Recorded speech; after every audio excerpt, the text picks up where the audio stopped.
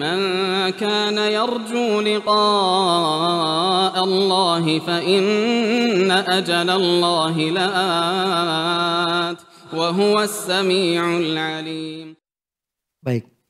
Jadi tampak ya bahwa di ini pembahasan wakaf dan ibtida itu perlu orang mengenal bahasa Arab. Ya. Terus yang kedua, dia perlu mengenal tafsir para ulama ahli tafsir. Iya. Nah itu ada sebagian ayat itu yustahsan kalau disambung. Sangat dianjurkan kalau disambung. Iya. Misalnya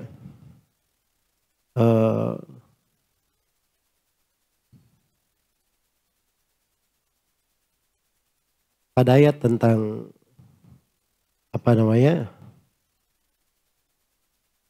anjuran untuk memakmurkan masjid itu.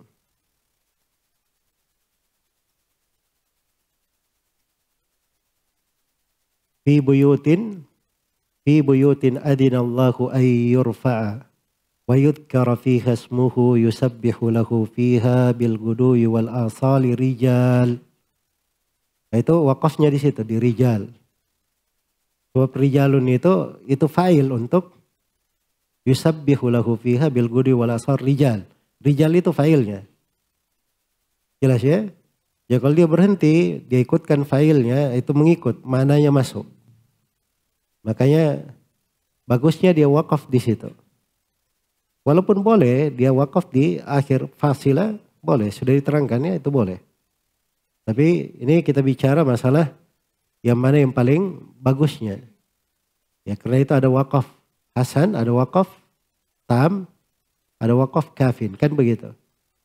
Nah, sama ketika dia balik lagi, ketika dia sudah berhenti di situ, dia langsung lanjutkan. Rijalul la tulhihim tijaratu wa la bay'un an dzikrillahi wa iqamis salati wa ita'iz zakah.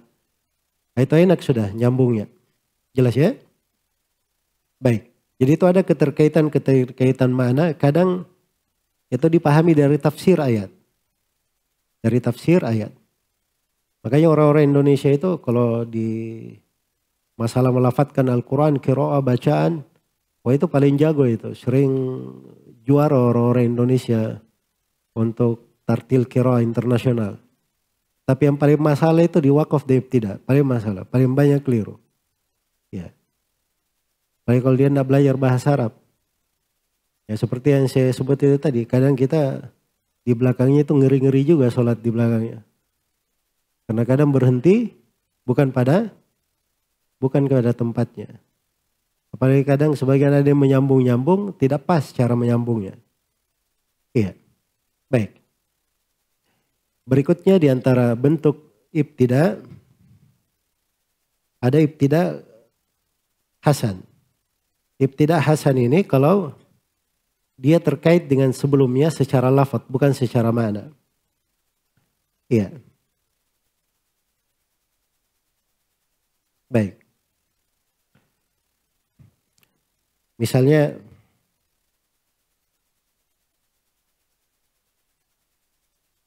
dia mulai wa minan nasi may yaqulu amanna billah.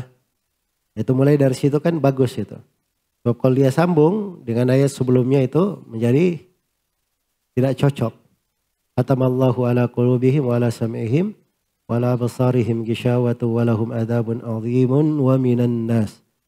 Walahum adzabun adzimu wa minan nasi may yaqulu amanna. Itu enggak cocok untuk disambung ya. Maka di situ dia mulai ibtida dari wa minan nasi, itu ibtida hasan. Ya, karena dia terkait dengan sebelumnya dari sudut lafaz bukan dari sudut makna. Baik, yang kedua atau yang ketiga ibtida tam. Ini kalau terputus antara sebelumnya dengan ayat itu secara lafaz maupun secara makna. Ya. Alhamdulillahi Rabbil Alamin. Dia berhenti di situ. Ar-Rahmanir Rahim. Dia mulai dari awal itu Ar-Rahmanir Rahim. Itu ibtida tam namanya. Ibtida kafin. Iya. Ibtida kafin. Itu apabila dia memulai dari yang sebelumnya itu punya keterkaitan makna. Bukan secara lafaz. Tapi bisa dipahami. Iya. Bisa dipahami. Seperti orang yang memulai dengan khatamallahu ala qulubihim. Ya. Innal ladzina kafaru sawa'un 'alaihim a'andartahum am lam tundirhum la yu'minun. Setelah itu dia mulai khatamallahu ala qulubihim wa ala sam'ihim wa ala absarihim gishawah wa lahum 'adzabun 'adzim. Nah, itu dia mulai dari awal itu disebut ibtida' kafin. Baik. Karena hubungan antara dua ayat itu secara makna, bukan secara lafaz. Ya, dan bisa untuk dipahami.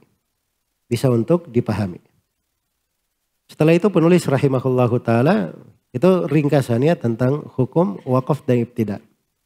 Setelah itu penulis rahimahullah menjelaskan ini sifat kalau wakaf di atas kalimat yang berharokat.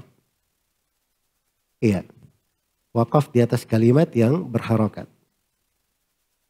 Wakaf di atas kalimat yang berharokat itu ada 3 hukumnya, beliau akan terangkan di sini.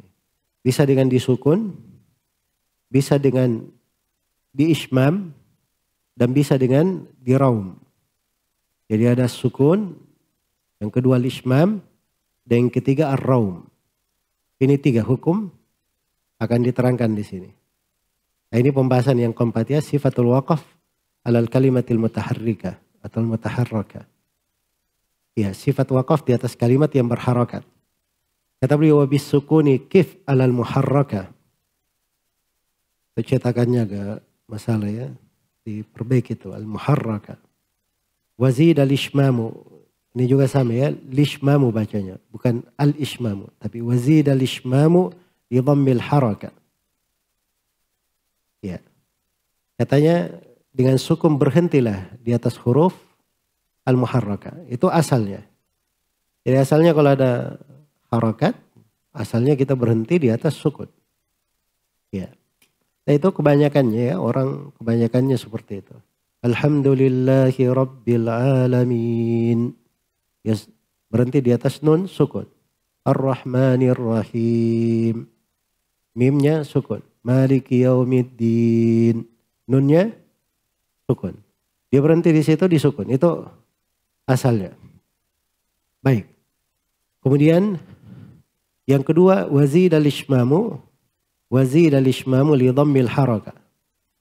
Terus yang kedua ditambah ishmam. Ishmam itu untuk menunjukkan harokat dhamma. Jadi pada kata yang akhirnya itu harokatnya dhamma, itu boleh pakai ishmam. Ishmam itu artinya dia isyaratkan kepada harokat. Ya, diisyaratkan kepada harokat dengan kedua bibirnya, tapi tanpa suara. Itu ishmam namanya. Jadi kalau kita baca dhamma itu biasanya dua bibir itu dibulatkan. U, nu, bu, tu, kan begitu kan? Bibirnya bulat. Nah, ini isyarat bibir bulat ini itu terisyarat ketika sukun. Apa ketika berhenti, wakaf. Tetapi tidak ada suaranya. Iyyaka na'budu wa iyyaka nasta'in. Dia membundar saja tapi tidak mempengaruhi suara pada